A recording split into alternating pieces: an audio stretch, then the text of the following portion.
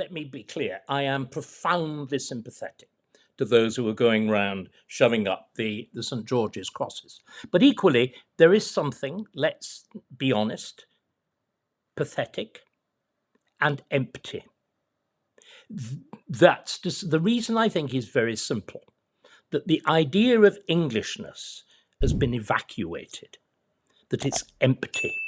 That if we go back to that idea of top nation status, and by the way, the loss of that top nation status was perceived very clearly as early as 1918. What I think is probably the greatest interpretative book on English history ever written, which was written as a joke. It's very characteristic of England that it will be this, which is 1066 and all that.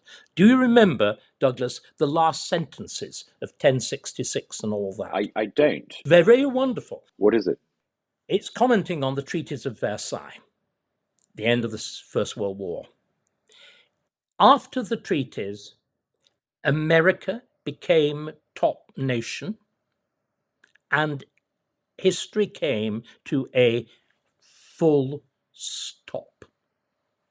In other words, that sense of the history of the 1066 and all that ending once that idea of top nationhood went. Because if you look at what the great prides of Victorian Britain were, that period, when a quarter of the globe is coloured pink and the Union Jack flew everywhere, what were the tokens of pride? Not, of course, national dress. The tokens of pride were the workshop of the world, the mother of parliaments, the noblest legal system, the home of freedom, all of that. Now they've all gone, or at least that pride in them has gone. They are tattered shells and remnants. As you said, that English nationalism, English identity, was peculiarly attached to the institute, and including the monarchy. I mean, we should talk about the monarchy. But David, I don't want us to reinvent twee nationalism where we dress up as Morris dancers. And then what else is there? Now, look, you see, what Douglas, let me challenge. Forgive me. Let me just challenge you on this one.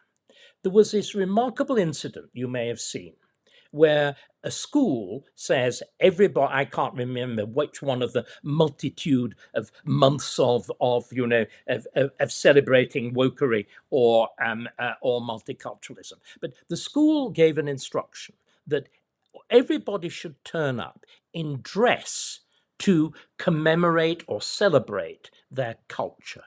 What does exactly a child of the classes you're describing do? She turns up wearing, like one of the Spice Girls, a Union Jack dress, and she is sent home. If she'd been wanting to symbolize her Englishness, what else could she have worn? Because I've described to you, we do not have a national dress. We don't have a national music. Do you see what I mean? If you're in an age where, as in the Celtic fringe, there's the idea of cultural identity or the cultural identity of our immigrant communities, what, if you're English, do you have apart from those two flags? Do you see why I'm saying there's something empty and hollow? There is, but we need to fill it, David, with something more substantial than a Morris dancer. You've admitted the hollowness and the emptiness. Again, one of the things that should have been at the heart of that always was at the heart of that, was, of course, the monarchy. Again, if you look in George Orwell's brilliant analysis of this, he sees the bedrock support of the monarchy as the working class, and with a very different attitude, the aristocracy, whereas in the middle, the ancestors, the Fabians, the socialists, the Quakers, the vegetarians, all the people that George Orwell brilliantly satirizes in that essay, The Lion and the Unicorn, all busily sneering at the monarchy. But what has the monarchy done since Queen Elizabeth II? It has gone fully woke, hasn't it? I think it's gone perilously woke. What do you see? I mean, we are both agreeing on this. What do you see as the sort of symbols of the wokeness of the reign of King Charles the Woke? The deal is that if you are going to be the king or queen of England, there are certain things, certain basic things you don't do. You don't let sunlight in on magic, and I think he's throughout his career, unfortunately, sometimes forgotten that. You certainly don't express opinions that the lanyard wearing classes will applaud, but don't have legitimacy or don't resonate beyond that, such as support for renewable energy. Which, of course, he was a pioneer of, wasn't he? And when he first started it, it was all amiable and rather funny. Do you remember? We laughed at the potty prince. But now, of course, it's become an issue of major political and financial and economic concern. And then there's the issue of Islam, and I think we need to address that. If you have been charmed by various Saudi princes throughout your tenure as the Prince of Wales, you may be tempted to talk in cliche and think in cliche about the need for better understanding. Are you? But when you say charmed, Douglas, when you said charmed, do you mean receiving carrier bags stuffed with cash to support a pet project? Is that the version of charm? I think there is an unfortunate Which is habit true. amongst Which the is British true. elite. But the British elite, the British establishment, has accepted gifts from foreign players that they should never have accepted. It's not just universities accepting Arab The whole cash. polos, the whole polo scene, the whole horse racing scene. Yeah. Yeah, yeah. Uh, There's that. There's something very uncomfortable about some of the big defense contracts, where it's unclear as to who's benefiting and in whose interest certain contracts have been cut. But again, follow it through. In the last month of fasting, what does the king do? What does the prime minister do?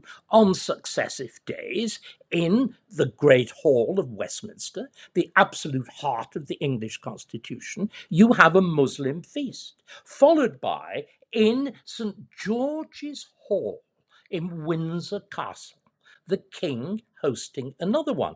We had in the dying days of the late Queen the famous incident between that extraordinary invented African born in some suburb of London who'd rechristened herself Ngozi Fulani and the unfortunate Lady Hussey, who correctly, knowing Africa well and seeing that there's somebody calling themselves after two completely separate tribes in two completely separate countries, said, "Where are you from?" and was immediately shot down for racism. And both the King and the Prince of Wales sided with the racist accusation. But there's something we should tease out here.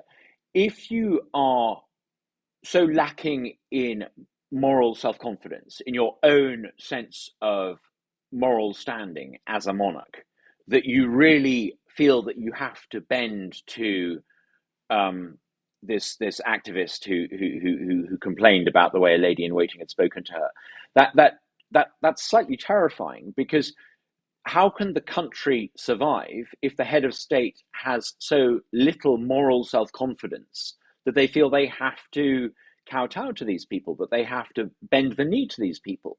I mean, they're doomed if they think that this is a long term strategy. If you are the monarch, you must believe quite literally that you have been anointed by God to be the head of state, and that you are directly accountable to God. That is what every English king, and I use the word English king, has believed since way back, since pre-conquest times. You have to believe that you are anointed by God and that you are directly accountable for your actions, over as you preside over your people. The idea that you should sort of kowtow to some woke outrage because of what one of your ladies in waiting may have said, the fact you think like that is very alarming. You're thinking more like a council bureaucrat rather than a British king. Let's look at it differently. You were talking about the terrible quality of royal advisors. I think what the monarchy has done is exactly what the Liberal Conservative Party did from David Cameron onwards. It decided it was going to make itself friendly to the Guardian. It was going to be a monarchy that the lanyard-wearing classes could vote for.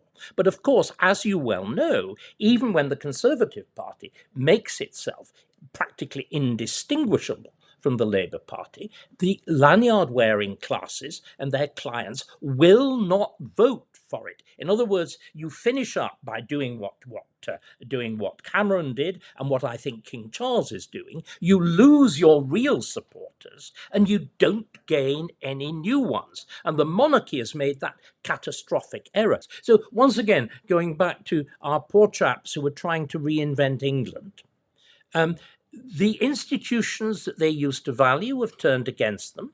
The thing that was most important, the monarchy, or fallen apart, like British industry, the monarchy, which was the thing that they regarded as a kind of guarantor of all of these things, has turned, it's replaced the golden tassel with a golden lanyard. The king is a fully paid up member, even more so, I think, is the Prince of Wales, fully paid up member of the lanyard-wearing classes. If you remember, Kate and William were even trying to make mental health, for God's sake, one of their principal charitable activities.